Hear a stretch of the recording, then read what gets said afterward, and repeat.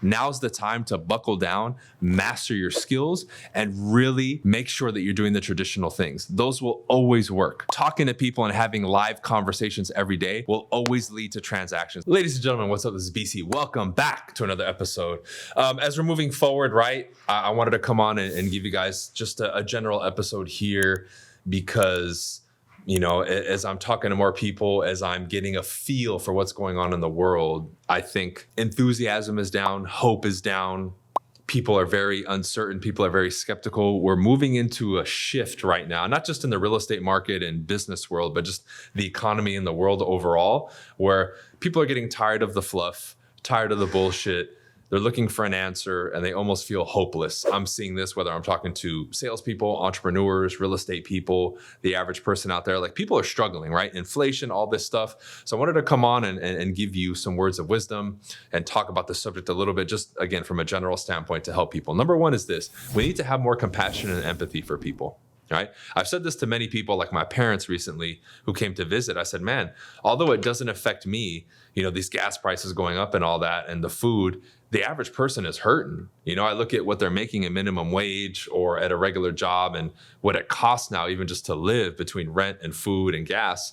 I do have a tremendous amount of compassion and empathy for people, which is one of the many reasons that I continue to just put stuff out, you know, release all these like ebooks, make my training affordable. Like, if you haven't been paying attention, I'm re-releasing officially the Real Estate Agagi, which is a $97 a month program to give you the A to Z system in real estate to really probably get you to six figures if you really stick with it, right? So I'm doing what I can. I know some of my colleagues are as well, to really help people and incentivize them and give them a break per se. But just generally speaking, as human beings, we need to have more compassion and empathy. And this is something I've developed tremendously over the last 4, 5, 6, 7, 8 years, because man, I used to be short-tempered and impatient, and I really couldn't see the world from other people's perspective. And this maturity, this development in me has allowed me to live myself more peacefully, you know, see the other side's perspective, sell better, connect with people better, and just made my overall interactions with human beings that much better, right? And also my psyche and my emotional state has benefited tremendously from it, because I get it, right? Like, when someone's mad, I can understand why they're mad. So I don't take it personal, and I don't get in this back and forth with them. I can objectively from the outside view it and say, okay, right? Like, they're justified in their anger. Like, when you look at realtors who follow me, right? When you call an expired or FSBO who's been screwed over, or, you know, doesn't trust agents because of a bad experience or something, well, you can't be upset that they're mad, right? Like, it is what it is. They had that experience. That's their current perception. That's their current reality. That's what they think. Well, don't fault them for it. Navigate it, right? But when you have compassion and empathy, you now remove that like barrier, and you remove the friction in the communication. And now you allow the flow to happen, right? And that's really the key.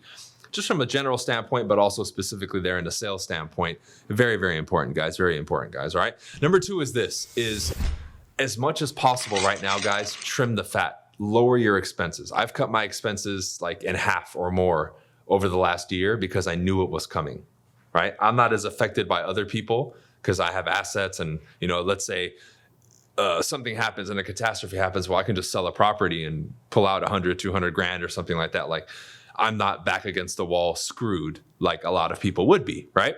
So my general advice to people around is cut your expenses. If you got the fancy car, downgrade, right? If you have all these extra little subscriptions that are $300, $400, $500, $600, $1,000 a month, get rid of them, right? Keep your essentials. Like, if you're a business person, keep your coaching, right? Keep the systems and software that you need for your business. Trim all the other fat, all the bells and whistles and all the other stuff. Get rid of it, right? Because it's going to get harder in the next 6 to 12 months, especially if you're in real estate. You guys have heard about the lawsuit, right?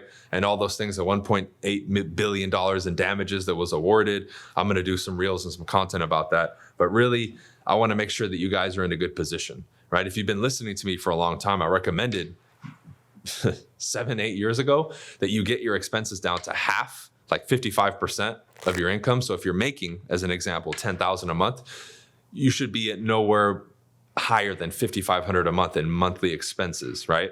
That way you're not one catastrophe away from being broke and being out on the street. Now, moving forward into this economy, I'm going to make as a recommendation, even though this is bold, that you cut that in half, get down to 25 to 30%.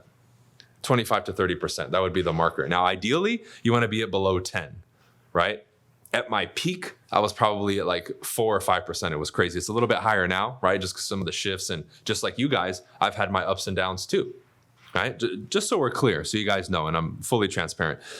Within the last 18 months, I've had my biggest and my worst, smallest months financially. I hit a record month where I made $235,000 in 1 month, and I've had my lowest in the last like year and a half or 2 years where I only made 30,000 in a month, which for me is, to go from that to 30, it's like, well, what the hell? Now, again, I didn't stay there, right, at either one, but that's just the reality of it, right? We've all had the ups and downs. Everybody's felt this shift, whether you're just the infopreneur, right, coach, whether you're a regular business person out there, retail shop, a salesperson, right, or an online entrepreneur or whatever it is, everybody has felt the weight and the blow of what's going on, right? And then look at it from a customer standpoint. And this is what you guys need to understand too, as a general part of this discussion, is everybody's more skeptical now. The person entering the real estate market to buy or sell is more skeptical. The people listening to this, who may be considering me as a coach or giving money to me, is more skeptical, and rightly so, right? So the people online are skeptical. The people in the regular business world, retail world are everybody's more skeptical, because not only time's tougher for people and they have less equity and money right now in their homes and just in their pocket in general and in their bank account, but look at all the shit that's been going on social media for years and people getting exposed for lying, right? I see this a lot and it almost breaks my heart, especially in my industry or sales, where I see so much bullshit being sold and I'm like, man, and then people will run away from me because I talk about traditional hard work, and they'll run to this thing and then spend 5, 10,000, 15,000 or 1,000, then come to me and be like, well, can you help me? I'm broke now. It's like, dude, right? So like, I understand the skepticism.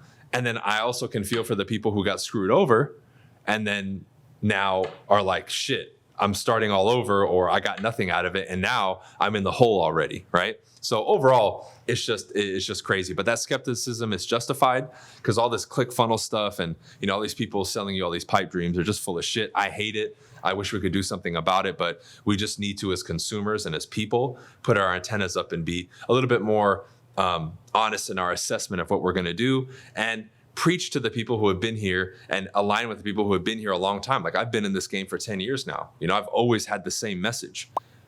Don't fall for the fluff. Work hard.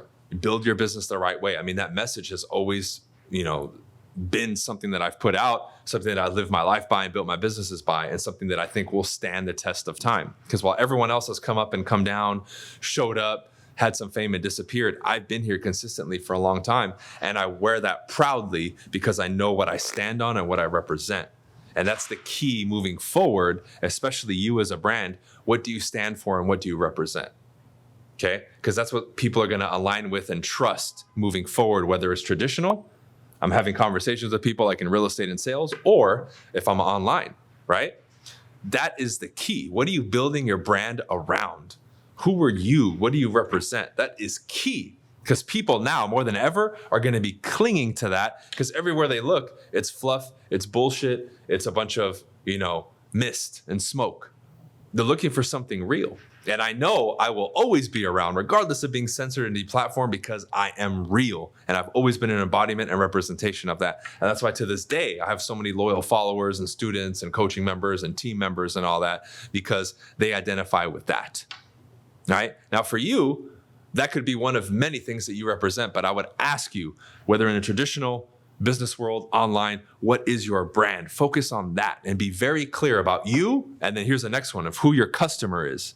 Because now it's even more important that if you put money or time or effort into locating and acquiring customers, that you're crystal clear about who it is that you're going after and who your target market is. You don't have time or extra money right now, especially now, to waste your time with the shotgun approach, just trying to get everybody. And that's a mistake I see so many people make, especially when it comes to the online stuff. Oh, I just want to get everybody's attention. Well, you don't want everybody's attention, right? You don't want the wrong people's attention, right? They don't align with you. They don't believe in what you believe. They wouldn't be your potential customer. So again, what's the point of just getting views and likes and shares or comments if it doesn't equal anything for you, your life, your business, or your purpose? It just doesn't make any sense.